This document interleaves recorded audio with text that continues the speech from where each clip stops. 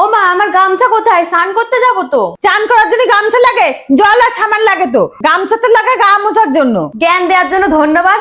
এখন বলো গামছাটা কোথায়, আর তাড়াতাড়ি উত্তর দাও তো। আচ্ছা একটা কথা বলতো, আগে গামছা দেবো না আগে উত্তর দেবো? গামছাটা দাও। তাহলে উত্তরটা কে দেবে? ধুর, এই বাড়িতে আমি মনে হচ্ছে শান্তিতে থাকতেই পারবো না। পারবি না কেন?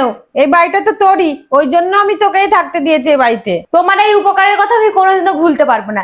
এখন গামছাটা দাও, আমার হাতে সময় খুব কম। এমন কথা বলিস না মনি, তুই মরে গেলে কি হবে আমার? আমি কি মরে যাওয়ার কথা বলছি নাকি?